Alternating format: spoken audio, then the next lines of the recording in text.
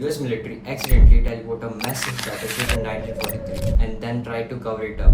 It was the middle of the World War II. US Navy was desperate to gain an advantage, so they started working on a top secret program called Project Rainbow. The ultimate goal to make their naval ship completely invisible to the enemy radar. In October 1943, they tested this technology on a massive destroyer called USS Eldridge, docked in Philadelphia. They flipped the switches on these massive experimental generators, but it did not disappear from radar. Witnesses says bizarre, thick green fog swallowed the ship, and then the entire ship physically vanished into thin air. This was not an optical illusion. At that exact moment, people claimed to see the USS Eldridge suddenly appear at the naval base in Virginia, over 200 miles away. It sat there for a few minutes before vanishing again and reappearing right back in Philadelphia. But the scariest part was not the teleportation, it was what happened to the crew. When the ship came back, the sailors were screaming. Some were violently sick, others went completely insane. But the most horrifying detail, several crew members were found physically fused and melted into the solid steel walls of the ship.